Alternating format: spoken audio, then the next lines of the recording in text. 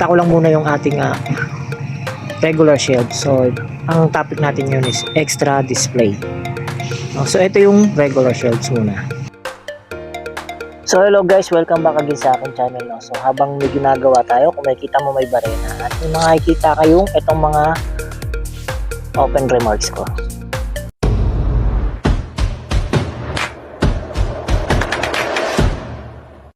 Naman natin ng extra display, no? So ginagawa natin ito sa mga merchandising. Ang usapang merchandiser, no? So ito ay tinatawag na catching of the eye of display. So ibig sabihin, gumagawa tayo ng extra display. Bakit? Para makita ni customer kung meron ba itong discounted o rollback, no?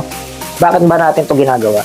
Ito yung extra display kung maraming stocks, events o seasonal, no? So bakit nagkakaroon ng rollback o discount na tinatawag, no? So bakit din may tinatawag din na clearance? Ibig sabihin naman yun ay para ma-inform natin sila, customer, na merong mga ganitong activity o extracurricular sa isang establishmento o tindahan, no? So alam naman natin yan.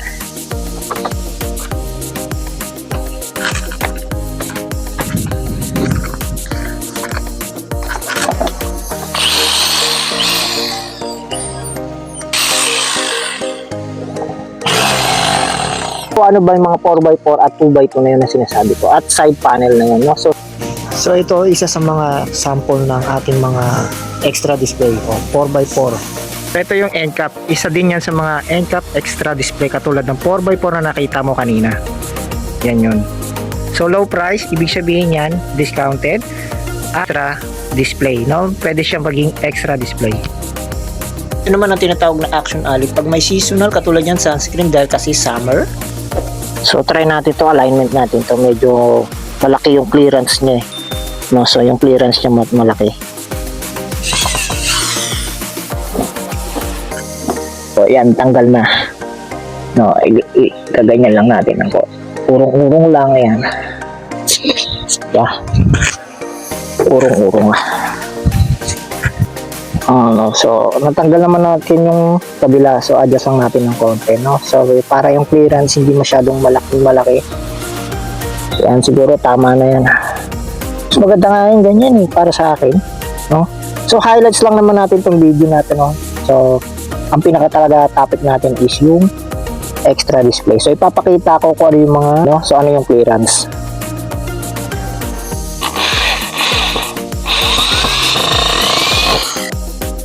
Ayan, malinis na. Highlights lang natin to, yan. So binawasan ko na rin naman din siya ng kahoy. Yan, kung makikita mo okay na yung clearance niya kahit pa paano. So hindi man siya ganun ka-perfect, at least malinis siyang tignan, di ba? So pintura na lang kulang diyan, pintura. So ito naman yung clearance area.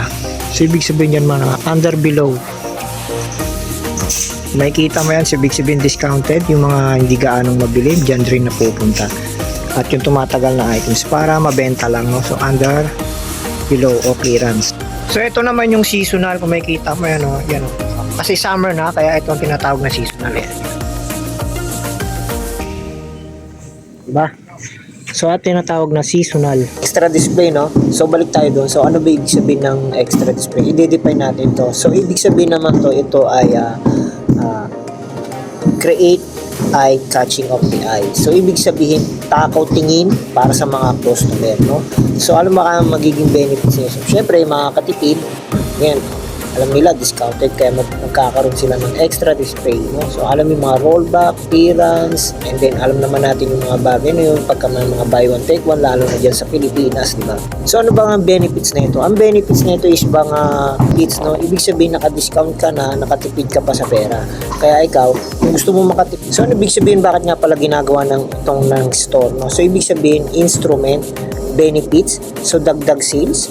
So hindi naman sila gagawa ng ikababagsak ng kumpanya, no? So ang benefits din to sa customer, discounted ka na at nakatipid ka pa. So lalong-lalo na kung buy one take one, para ka na rin naka 50% off. Nagkakaroon lang tayo ng extra display kasi bakit? Overstock. So ibig sabihin nun, overstock, maraming stocks, di ba? May pa-promo si company, no? So buy one take one, katulad yan, 50% off, kaya magkakaroon ng extra display. A few moments later. Bibisita ako habang may ginagawa ko. Frog. Hindi ko sinasadyang mahawakan. Buti na lang may gloves ako. Froggy. Ano, frog. Bisita. So guys, ito naman ang tinatawag na sidekick o yung side panel na extra display. So ang tawag dyan is sidekick, no? So naka low price siya. 'Di ba kung makikita mo yan, bawas na. So ibig sabihin extra display, takaw tingin. So never na silang makakapunta ng regular shelf. So pwede na siya makuha kung ano yung pwede nilang kunin. Yan. So in terms benta agad. Sample ng extra display natin ng 4x4 at 2x2, no? So pinakita lang naman natin kung ano ibig sabihin ng clearance at low price. No? So yung low price o rollback, no? So ibig sabihin yun mga discounted yun. Kaya bakit nagkakaroon tayo ng extra display? So pinakita ko lang naman yung ibang area, no? So makapagbigay man lang ako ng konting detalye, no? So about extra display. So napakagandang araw, no? Iba-ibang klaseng kuha ng video. So gumagawa ako, may pragi-pragi pa, no? Alam naman natin. So yun nga sa mga ginawa ko, no? So nakapagbigay ako ng konting detalye at syempre ako naka-break ngayon, no? So iba-ibang araw ko ginawa yung video na yun. So yung mga highlights, no? So ano mga ginagawa ko, yung buhay ko dito sa akin. No, so yun guys, so salamat and then God bless sa inyo lahat sa inyo. So huwag niyo na po kalimutan mag-like and subscribe sa aking channel. So my name is JL Naka-Vlog, ang Tactical Merchandiser Vlog. Peace out.